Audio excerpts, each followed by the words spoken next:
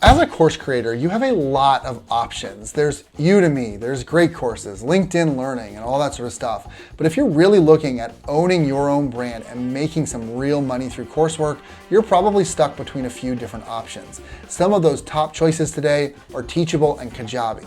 Both of these two systems seem amazing and have some great options, but which should you choose for your own business? Today, we are going to get scientific on this. We're going to break this down to its parts and figure out what's going to make the most sense for you and your business by looking at setting up courses, the website builder, emailing, data access, the price, and how holistic everything is for each of these two systems. My name is Trent Kennelly. I'm a marketing strategist, and on this channel, I talk about all the things that you can do to improve your business through marketing, sales, and analytics. So if that sounds good to you and you're excited, make sure that you like this video, subscribe to my channel if you're into it, comment and let me know what you're thinking about with these two systems, which one you're leaning toward, or if you're just wading into this.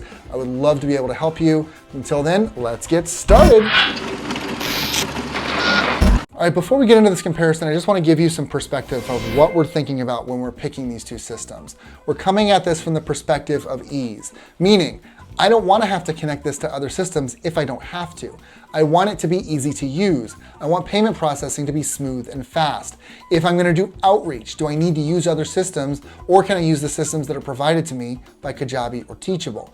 I want to know what's going to help me build fast and build easily and accelerate with. So setting up your courses. The course setup is really easy to implement for both of these. You upload the videos without a lot of issues, add any extra stuff like documents that you want the viewer to access just below that. Comments can be turned on or off for each video if you want some interaction or not. And both of these use Wistia, which is a very secure video hosting platform. The biggest difference between these two is how the course looks when it's live, so on the front end. When it comes to Teachable, really nice looking. You've got the video as the majority of the page, and then there's a sidebar where you can jump between your videos if you want to. It's just really nice and clean looking. Kajabi, I have to say, looks a little less so. The actual video screen is small to start or full screen, and there's not really this in-between option. I like that big Teachable option that is not full screen but is the majority of the page. I really, really prefer that. But it's all in this like tiny iframe, and they all have a thumbnail that is not optimized. So it's your intro screen or something like that, and you need to create your own thumbnail for those, which seems not ideal. So because of this particular perspective of how it looks from the front, I have to give this point to Teachable. All right, so now let's look at the website builder. So the question here is, can you actually build a successful website through these platforms? Teachable and Kajabi both have website builders technically, but how can we be effective with them? Let's look at Teachable's first. Their website builder is frankly a train wreck. Most builders are going to have a back-end builder and a front-end builder where you can see basically how things are going to come together. You can check out this video for a good illustration of that on WP Bakery versus Elementor. But Teachable has this really weird mix. It's like they don't really want you to build a page there or even expect it. It's this like, there are sections on the back end where you can add things, but unless you can code, you can't really customize it to look the way you want it to. It has basic pages like checkout and thank you, which is nice, but again, not a lot of customization you can do there. Kajabi, on the other hand, has a builder pretty much on par with Shopify. You can add and remove sections in the sidebar, move things around and customize as you want. I've played with this, and you can take a page from whatever you're currently using and recreate it easily in Kajabi. There are always differences in page builders. There's always things to love and to hate, but the fact that you can build so easily on Kajabi is a huge benefit because it effectively eliminates the need for any kind of a third-party builder. So I have to give the point here to Kajabi. All right, let's talk about your email system. So email is an essential part of any sales process. You need it to identify your customers, to know where they are in your buying cycle, and to sell to them via email, which, yes, is still an incredibly lucrative marketing channel. Kajabi's system, I have to say, really surprised me. It's a little bit disjointed because they separate out the automations and the email sequences, but in a lot of ways, it brings some elegant simplicity to a process that is very often highly technical and very clunky. At first, I thought it was going to be difficult to really need to jump between these two and figure it out, but you pick it up pretty quickly and it's very easy to run with. In Teachable's case, this doesn't exist at all, which means that you need another system to do all this work for you.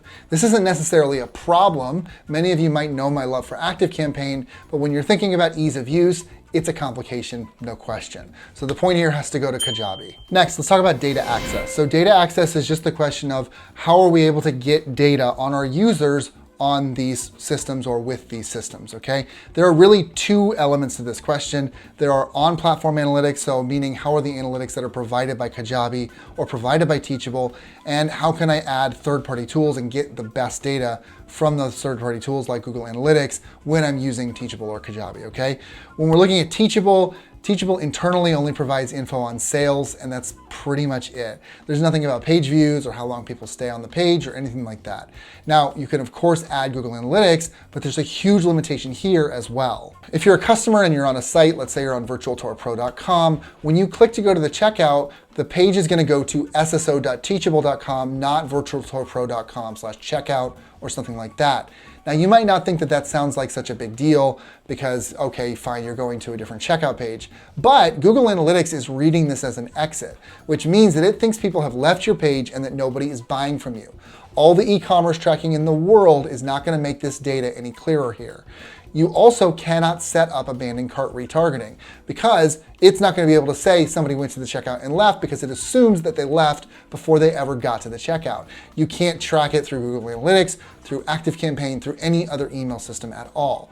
And unfortunately, abandoned cart is a highly effective way for recapturing prospects and getting them to come back and buy from you. So it's a big missed opportunity. Kajabi, on the other hand, provides a lot of data. Anything from page views to bounce rates, purchases, time on the page, all that sort of stuff is provided on Kajabi. It's like Google Analytics Lite. And because this data is coming straight from the platform where everything is hosted, it gives you a lot of confidence about its accuracy. Plus, if you want to, and I still do advise this, adding Google Analytics is totally possible to Kajabi, okay? Which means that whatever data that you're getting for Google Analytics is still more reliable than what would be coming from Teachable, so the point here goes to Kajabi. Next, let's talk pricing. So it's easy to say this, but Teachable is $29 to $249 a month.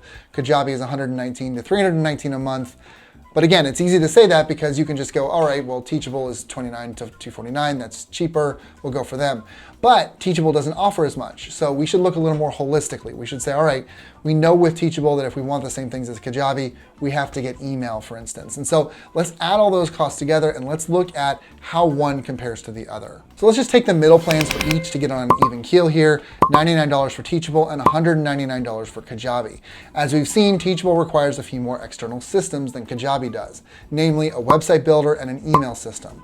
So let's just assume that your website builder is going to be Elementor and you're using WordPress. That's $99 a year, which will break into $8.25 a month, just to, again, keep everything on an even keel.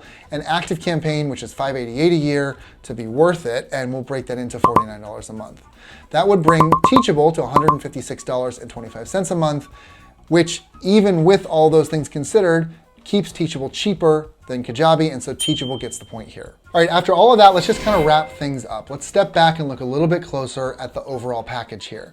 Both of these have a way to quickly add your courses, manage your users, create your promotions, etc. You can also build your website on each of these platforms, though, as we've seen, that's way less likely for Teachable. The big difference here really comes with the marketing aspect. Teachable doesn't have a way to directly market to people outside of your site. No email system, no forms, nothing like that. You can track activity for Facebook ads, but that's just about it. Kajabi, on the other hand, has a pretty decent system for marketing, email systems, forms, webinars, Facebook ads as well. So from a holistic perspective, the point really has to go to Kajabi here. So there you go, Kajabi wins this pretty soundly, 4-2, but at the end of the day, it just comes down to how much sweat you want to put in. And if your chief way of making revenue is selling courses, which is what these two platforms do, why do the work? Why put in that extra sweat equity? I hope that this was helpful for you. Let me know if there's anything that I didn't cover or what you're thinking about now after you have watched this video. I would love to know. Otherwise, make sure that you like this video, subscribe to my channel if you're into it, and I will catch you in the next one.